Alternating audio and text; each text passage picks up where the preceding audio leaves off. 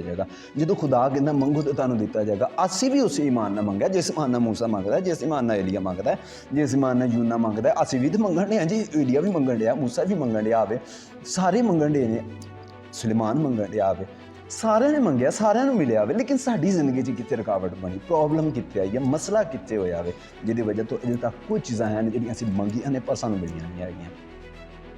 लिखा है कि तुम मांगते हो और पाते नहीं, इसलिए कि बुरी नीयत से मांगते हो, ताकि अपनी ऐशो इशरत में खर्च करो। प्रॉब्लम कित्थे वे, मसला कित्थे हैगा वे, मसला है नीयत। क्योंकि पहले मिसयूज होया, पहले अज किन्ने असी अपनी जिंदगी के अंदर मिसयूज करन डे, अपने रुपए पैसे का मिसयूज करन डे, पैसे का गलत इस्तेमाल करन डे। शायद असी जुए ते ला के, शायद कबूतरबाजी ते ला के भी थोड़ा जिहा ना किते फुल स्टॉप लग सकता है। मत्ती दी अंजील 7वें बाब की 7वीं आयत, मंगो तो तुहानूं दिता जाएगा, मंगो तो तुहानूं दिता जाएगा। और उन्होंने मंगया, उन्होंने मिलता सानूं नज़र आंदा है। एक एक की जिंदगी की सानूं तफसील नज़र आती है। जिन्हें जिन्हें भी मंगया वो जिंदगी उन्होंने मिलिया, जो जो मंगया वो जिंदगी उन्होंने मिलिया।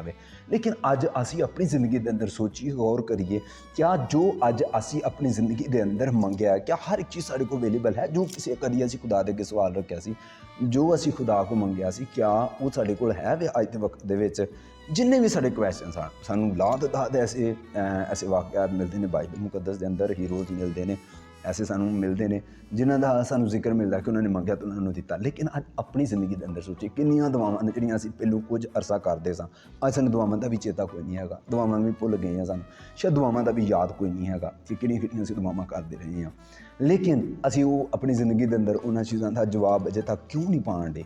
की वजूहत हो सकती? बाइबल च तो लिखा है मत्ती दी अंजील 7 बाब 7 आयत दे विच, मांगो तो तुमको दिया जाएगा, मांगो तो तुमको दिया जाएगा। जो खुदा कहना मंगो तो तुहानूं दिता जाएगा। असी भी उस ईमान नाल मंगया जिस ईमान नाल मूसा मंगदा है, जिस ईमान नाल एलिया मंगदा है, जिस ईमान नाल यूना मंगदा है। असी भी तो मंगण डे जी, एलिया भी मंगण डिया, मूसा भी मंगण डिया आवे, सारे मंगण डे ने, सुलेमान मंगण डिया आवे, सारिਆਂ ने मंगया, सारिਆਂ ਨੂੰ मिलिया आवे। लेकिन साडी जिंदगी 'ਚ कित्थे रुकावट बनी, प्रॉब्लम कित्थे आई है, मसला कित्थे होया आवे, जिहदी वजह तो अजे तक कुछ चीज़ां हैं जिहड़ियां असीं मंगियां ने पर सानूं मिलियां नहीं हैगियां। आइए बाइबल मुकद्दस 'ਚ असीं वेखांगे प्रॉब्लम कित्थे वे, मसला कित्थे वे। खुदा उही खुदा हैगा वे जिहड़ा मूसा दा खुदा है, जिहड़ा एलिया दा खुदा है, जिहड़ा जकरिया दा खुदा है, जिहड़ा मरियम दा खुदा है, जिहड़ा पतरस दा खुदा वे, जिहड़ा यूना दा खुदा वे, वो सेम साडा खुदा हैगा वे। लेकिन साडे फर्क कित्थे आ गया? उन्होंने तो मिल गया, उन्होंने इस कलाम के मुताबिक मंगया तो मिल गया, मांगो तो तुमको दिया जाएगा। लेकिन साडी जिंदगी के अंदर अज गौर करिए किहदी वजह तो सानूं मुयसर नहीं हैगा। बाइबल मुकद्दस के अंदर अगर असीं याकूब दा खत दे चौथे बाब की तीसरी आयत की तलावत करांगे तो बाइबल मुकद्दस लिखा है, तुम मांगते हो और पाते नहीं। मत्ती 7:7 के लिखा है, मांगो तो तुमको दिया जाएगा। लेकिन अगर याकूब के खत वेखिए, आंदा तुम मांगते हो, तो तुम मांगते हो और पाते नहीं। साढ़े च कितने प्रॉब्लम है? उन्होंने तो मंगया, उन्होंने मिलिया, लेकिन सानू क्यों नहीं मिलिया? बाइबल मुकद्दस इस तरह लिखा है कि तुम मांगते हो और पाते नहीं, इसलिए कि बुरी नीयत से मांगते हो, ताकि अपनी ऐशो इशरत में खर्च करो। प्रॉब्लम कित्थे वे, मसला कित्थे हैगा वे, मसला है नीयत। ना देने वाले च कमी है वे तो ना उहदी कुदरत च कोई कमी हैगी है। मंगण की बदौलत खुदा देंदा वे, अगर मंगिया खुदा को जाए तो खुदा जरूर देंदा। लेकिन उसके बावजूद अगे कुछ नहीं मिल रहा तो सानू लाजम अल मलजूम है कि असी अपनी नीयत नूं चैक करिए, साडी नीयत पिछे की हैगी है। अज बहुत सारे लोगों की जिंदगी के अंदर कुछ ना होने की वजह उन्होंने नीयत हैगी है। उन्होंने जिंदगी के अंदर बहुत कुछ अपनी जिंदगी के अंदर अच्छी चीज़ों की डिमांड की और उन्होंने ज़रूरत भी किसी हद तक नज़र आती, लेकिन उन्होंने जिंदगी के अंदर वो हल नहीं नज़र आता। रीज़न नीयत। याद रखिए, खुदा इस तो पहलू कि किसी चीज़ को भी वेखे, किसी इंसान को वेखे, इंसान की नीयत में वेंदा आवे। बाइबल मुकद्दस वेंदा आवे। बाइबल मुकद्दस अगर असीं वेखिए लिखा है कि इस तो पहलू कि खुदा कायन नूं या हाबल नूं पसंद करदा, उन्हां दी हदीए नूं पसंद करदा, उहदे दी हदीए नूं पसंद करदा। खुदा ने कायन ते हाबल नूं वेख्या वे और खुदा दा फोकस साडी हदीयां तो पहले साडी नीयत ते हुंदा वे कि साडे अंदर नीयत की हैगी है, साडी नीयत पिछे की हैगी है। और बाइबल मुकद्दस के मुताबिक एक वजह यह हैगी जिहदी वजह तो सानू कदी बहुत दफ़ा कह ली कि बहुत दफ़ा सानू मिलन के पिछे ना मिलन के पिछे एक वजह यह हुंदी है कि साडी नीयत के अंदर प्रॉब्लम हुंदी है। ਅੱਛਾ, ਇਸ ਤੋਂ ਹਟ ਕੇ ਵੀ ਔਰ ਬਹੁਤ ਸਾਰੀਆਂ ਗੱਲਾਂ ਹੁੰਦੀਆਂ ਨੇ। ਖੁਦਾ ਜਿਹਦੀ ਵਜ੍ਹਾ ਤੋਂ ਸਾਡੀ ਚੀਜ਼ਾਂ ਦੇ ਅੰਦਰ ਚੀਜ਼ਾਂ ਦੇਣ ਤੋਂ ਗੁਰੇਜ਼ ਕਰ ਛੱਡਦਾ ਵੇ। ਅਗਰ ਅਸੀਂ ਹੋਸ਼ਿਆ ਦੀ ਕਿਤਾਬ ਦੂਸਰੇ ਬਾਬ ਦੀ 8ਵੀਂ ਆਇਤ ਦੀ ਤਿਲਾਵਤ ਕਰੀਏ, ਹੋਸ਼ਿਆ ਦੀ ਕਿਤਾਬ ਦੂਸਰਾ ਬਾਬ ਉਹਦੀ 8ਵੀਂ ਆਇਤ ਦੀ ਤਿਲਾਵਤ ਕਰੀਏ, ਅਤੇ ਇੱਥੇ ਖੁਦਾ ਇੱਕ ਗੱਲ ਕਰਦਾ ਆਪਣੀ ਕਲੀਸਿਆ ਦੇ ਨਾਲ, ਆਪਣੇ ਲੋਕਾਂ ਦੇ ਨਾਲ, ਕਿਉਂਕਿ ਉਸਨੇ ਨਾ ਜਾना कि मैं ही नहीं, उसे गल्ला और मैं और रोगन दिया, सोना चांदी की फरावानी बख्शी, जिसको उन्होंने बाल पर खर्च किया। प्रॉब्लम कितने हैगी है? खुदा ने तो दिता है। अज किन्ने लोगों को सोर्स ऑफ इनकम है वे, सोना चांदी। साड़ी जिंदगी के अंदर बहुत कुछ आसाइशां ने, बहुत सारी सहूलतां ने, बहुत कुछ है वे, लेकिन उसके बावजूद भी किन्नी बारी मिसयूज होने की वजह तो खुदा की देन तो हथ स्टॉप कर देंदा, खुदा रोक देंदा वे, क्योंकि पहले मिसयूज होया, पहले गलत इस्तेमाल होया। अज तुसीं ते असीं अपनी जिंदगी के अंदर सोचिए, मेरे भाई तू अपनी जिंदगी च गौर कर, भैन तू अपनी जिंदगी च गौर कर, किते असीं खुदा दियां दित्तियां होईयां जिहड़ियां पहले बरकतां खुदा सानूं दित्तियां ने, जिहड़ा खुदा ने पहले सानूं सहूलतां दित्तियां ने, उन्हां दा असीं इस्तेमाल किंज करन डे आं, किस तरह इस्तेमाल करन डे आं। अगर ट्रू इस्तेमाल नहीं है, याद रखियो असीं खुदा दियां नेमतां दी, बल्कि इंज कहिए कि खुदा दी तहकीर करन डे आं, खुदा की बेइज्जती करन डे आं। अगर खुदा ने सोर्स अच्छा दिता तो उसका इस्तेमाल अज किस तरीके करन डे आं। अगर ठीक इस्तेमाल नहीं है तो याद रखो किते ना किते फुल स्टॉप लग सकता है, किते ना किते फुल स्टॉप लग सकता है। और अगर फुल स्टॉप लगा तो फिर जांचिए किते नीयत च खराबी तो नहीं सी, वो किते प्रॉब्लम ये नहीं रही कि साड़ी जिंदगी के अंदर इस इस्तेमाल गलत किया है। कई दफ़ा असी जिंदगी के अंदर, अपनी जिंदगी के अंदर ना बाइबल मुकद्दस के मुताबिक लिखा है तो तुसीं इस वास्ते मंगदे हो ताकि ऐशो इशरत विच खर्च करो। अज सोचिए, गौर करिए कि असी अपने पिछे जी ना मिलने की वजह पिछे की हैगी है, किते ये तो नहीं हैगी कि साड़ी जिंदगी के अंदर असी इस्तेमाल गलत करते पे हैं। कदी कदी एक मिसाल देन लगा वां, शायद अज इस गल ना तुसीं एग्री करो ना करो, लेकिन हकीकत यही हैगी है। असी किसी भी घर दे विच विआह लई जाने हैं, मासी फुफी चाची ताई किसी भी घर दे विच शरीके दे विच असी चले जाने शादी वास्ते। असी हज़ार इस करके पाने गल कि उम्मीद कल नूं साढ़े भी धी पुत्त जवान होण डਿਆ, कोई ब्याह शादी होएगी तो सानूं भी हज़ार आउणा ने, तो चलो थोड़ा जा हुणे तूं समझ लो कमेटी पा लईए, तो इस नज़रिए के बुनियाद पर असीं 1000 देने उन्होंने, 5000 देने, 4000 देने, कुछ भी असीं देने, सानूं पता हुंदा कि एक दिन वापस आ जाए। चलो फॉर एग्जाम्पल असीं बहुत ज़्यादा सखी हैगे हाँ, असीं बहुत एक अच्छी सोच के मालक है, सानूं किसी तो उम्मीद की कोई जिहड़ी ना सानूं वापस की तवक्को तो बगैर असीं किसी की हेल्प करन डे। फिर भी एक गल सोचिए, 5000 देता है, 10,000 देता है, 4000 देता है, वो किसी खर्चे च इस्तेमाल हो जाएगा। अगर कुड़ी की शादी किसी फर्नीचर तो जितने उन्हें चुक के बनाया तो इस्तेमाल हो जाएगा, वो जरूरत पूरी हो जाएगी। किसी रोटी वाले को जिथे समान लिया उत्थे पूरा हो जाएगा, टेंटा का खर्चा पूरा हो जाएगा। ये तो उन्होंने भी दिता भी 5000 दे दी, 4000 दे दी, किसी खाते लग जाएगा वह। लेकिन जिहड़ियां 5000 दी वेलां खुसरियां कराई दियां ने, वो किहड़े खाते होंदियां ने, किहड़े खाते च लिखिया जांदियां ने? क्या ये मेरी अपनी ज़ात के अंदर है? वजह की है? मेरी एक अपनी उत्थे इज्जत है, सौहरियां ते जावांगा, सौहरियां ते जाना मिला, इन्नी देर बाद जवाई है कि 4 वेला नहीं करा सकिया मुंडे ते। अगर असीं अपनी जिंदगी के अंदर ये चीज़ सोचिए, क्या एक गल सोचिए, वो इस्तेमाल किहड़ी जगह च वे, क्या किसी को फायदा दे रहा वे? वो क्या उस खानदान, उस फैमिली को जिहड़ा तुसीं खर्च कर रहे हैं या असीं खर्च कर रहे हैं, क्या वो फायदा देन दिया वे? कभी कभी साढ़े अंदर एक चीज़ होर हुंदी है, लै बई हुण सांडू ने मैनूं तापी इन्नी करा दित्ती सी, की करदे हुण मजबूरी से 4 वेला ना करांदे तो इज्जत नहीं सी रहनी, मैं फिर वेला करा दित्तियां। याद रखिए, अगर असीं मिसयूज़ करते पे हाँ, कितनी बारी असीं अपनी जिंदगी के अंदर ऐसे मामलों के अंदर कर्जा चुक के चले जाते हैं, बैंक तो पैसा आधार फड़ लेना, सूद तो पैसे फड़ लेने ने, और घर दे विच साडे घर दे विच कई बारी बच्चों की फीसां देण वालियां पईयां हुंदियां ने, साडे घर दे अंदर कई बारी बिल पे करने वाले पे हुंदे ने, घर दे अंदर बहुत सारियां ऐसी चीज़ां हुंदियां ने, बीवी दीयां जरूरतां ने, साडे बच्चों दीयां जरूरतां ने, कितनी बारी वो सारियां चीज़ां असीं छड्ड छड़ा के सिर्फ और सिर्फ अपनी रैपूटेशन की उहदी खातर करदे पे हैं, अपने म्यार लिए करते पे हैं। एक गल याद रखिए, अगर असीं गलत इस्तेमाल करते पे हैं, मिसयूज़ करते पे हैं, तो किते ना किते फुल स्टॉप लगन का अंदेशा हो सकता है, किते ना किते इस्तेमाल हो सकता है, क्योंकि बाइबल मुकद्दस दे विच लिखिया आवे, मिसाल की किताब, तेरी कमाई तेरे घर च जावे, जिहदे विच फायदा होवे, तेरी कमाई किसी गैर के घर च ना जावे। अज सोचिए, गौर करिए, साड़ियां कमाइयां कित्थे जांदियां ने? अज भरा ਉਹ ਨੌਜਵਾਨ, ਉਹ ਲੋਕ ਜਿਹੜੇ ਅੱਜ ਮੈਨੂੰ ਸੁਣਦੇ ਪਏ ਨੇ, ਅੱਜ ਇੱਕ ਗੱਲ ਆਪਣੀ ਜ਼ਿੰਦਗੀ ਦੇ ਅੰਦਰ ਸੋਚੀਏ, ਗੌਰ ਕਰੀਏ, ਸਾਡੀ ਕਮਾਈ ਕਿੱਥੇ ਜਾਣ ਡਈ ਹੈਗੀ ਹੈ। ਅੱਜ ਕਿੰਨੇ ਅਸੀਂ ਆਪਣੀ ਜ਼ਿੰਦਗੀ ਦੇ ਅੰਦਰ ਮਿਸਯੂਜ਼ ਕਰਨ ਡੇ ਹਾਂ, ਆਪਣੇ ਰੁਪਏ ਪੈਸੇ ਦਾ ਮਿਸਯੂਜ਼ ਕਰਨ ਡੇ ਹਾਂ, ਪੈਸੇ ਦਾ ਗਲਤ ਇਸਤੇਮਾਲ ਕਰਨ ਡੇ ਹਾਂ। ਸ਼ਾਇਦ ਅਸੀਂ ਜੂਏ 'ਤੇ ਲਾ ਕੇ, ਸ਼ਾਇਦ ਕਬੂਤਰਬਾਜ਼ੀ 'ਤੇ ਲਾ ਕੇ ਵੀ ਥੋੜ੍ਹਾ ਜਿਹਾ ਘਰ ਦੇ ਬੱਚਿਆਂ ਦੇ ਵਾਸਤੇ ਖਰਚ ਕਰਨ ਵਾਸਤੇ ਸਾਡੇ ਵਾਸਤੇ ਮੁਸ਼ਕਿਲ ਹੈਗੀ ਹੈ। ਅਤੇ ਅਸੀਂ ਆਪਣੀ ਜ਼ਿੰਦਗੀ ਦੇ ਅੰਦਰ ਉਹ ਇਸਤੇਮਾਲ ਜਿਹੜਾ ਨਾ ਅਸੀਂ ਦੂਸਰੀ ਜਗ੍ਹਾ 'ਤੇ ਇਸਤੇਮਾਲ ਕਰਨ ਡੇ ਹਾਂ। ਅਤੇ ਗੱਲ ਯਾਦ ਰੱਖੋ, ਕਿਤੇ ਨਾ ਕਿਤੇ ਫੁੱਲ ਸਟਾਪ ਲੱਗ ਸਕਦਾ ਵੇ। ਘਰ ਦੇ ਵਿੱਚ ਬੱਚਿਆਂ ਨੂੰ ਰੋਟੀ ਦੀ ਜ਼ਰੂਰਤ ਹੈ ਅਤੇ ਬੱਚਿਆਂ ਦੀ ਰੋਟੀ ਪੂਰੀ ਨਹੀਂ ਹੋਣ ਦੀ, ਅਸੀਂ ਬਿਹਤਰ ਉਹਨਾਂ ਨੂੰ ਖੁਰਾਕ ਨਹੀਂ ਦੇ ਸਕਦੇ। ਅਤੇ ਅਸੀਂ ਅਗਰ ਉਸੇ ਪੈਸੇ ਨੂੰ ਗਲਤ ਇਸਤੇਮਾਲ ਕਰਨ ਦੇ ਆਪਣੀ ਸੋਚ ਵਾਸਤੇ, ਤਸਕੀਨ ਵਾਸਤੇ ਜਾਂ ਆਪਣੇ ਸਕੂਨ ਵਾਸਤੇ, ਇੱਕ ਗੱਲ ਯਾਦ ਰੱਖੋ, ਕਿਤੇ ਨਾ ਕਿਤੇ ਫੁੱਲ ਸਟਾਪ ਲੱਗ ਜਾਏਗਾ। ਗਲਤ ਇਸਤੇਮਾਲ ਦੀ ਵਜ੍ਹਾ ਤੋਂ ਹੀ ਖੁਦਾ ਪੈਸਾ रोक लेता। मांगते हो मिलता नहीं, क्योंकि बुरी नीयत से मांगते हो।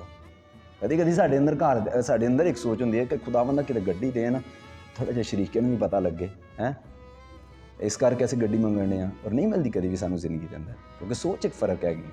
कभी कभी साडी जिंदगी के अंदर एक सोच होंदी है, असीं अपनी जिंदगी के अंदर इस सोच नाल खुदा को मंगते रहने, इस सोच नाल खुदा को मंगते रहने। जिन्हां दे कदी कदी औलाद नहीं हुंदी ते ओह इसे वास्ते कि किते खुदा धी पुत्तर दे देवे ना, आह किते शरीकां दा भी थोड़ा जिहा, शरीकां दी हिक ते भी दीवा बाल सकीए असीं भी। याद रखिए, खुदा हर एक शख्स दियां अच्छी नियमतां दा सौदा करना चाहता वे, लेकिन अगर मंगते पे तो पिछे नीयत की हैगी है। और अगर असीं मिसयूज़ करते पे हैं खुदा दियां चीज़ां दा, खुदा दियां दित्तियां होई नियमतां दा, एक गल याद रखो, किते ना किते फुल स्टॉप लग जाएगा।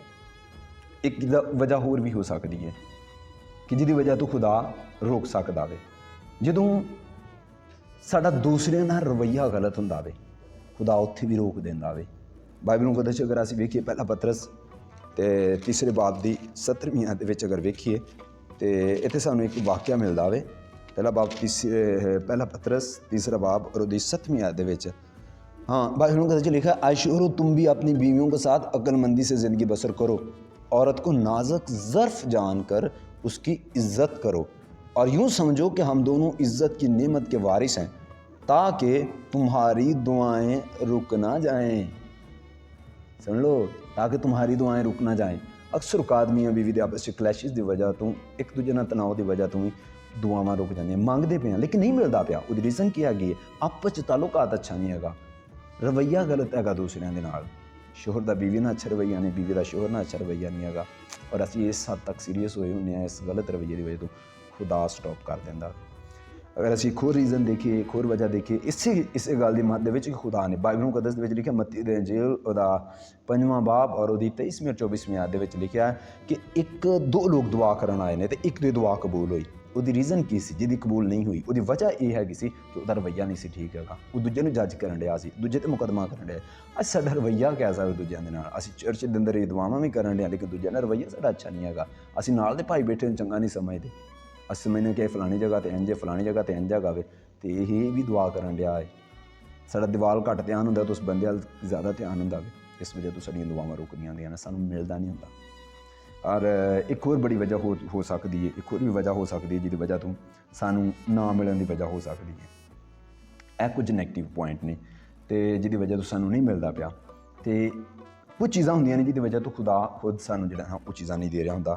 बाइबल मुकद्दस के मुताबिक अगर असीं वेखीए इस्तिसना 8वां बाब उसदी 2री ते 3री आयत, इत्थे एक बड़ी खूबसूरत आयत लिखी है।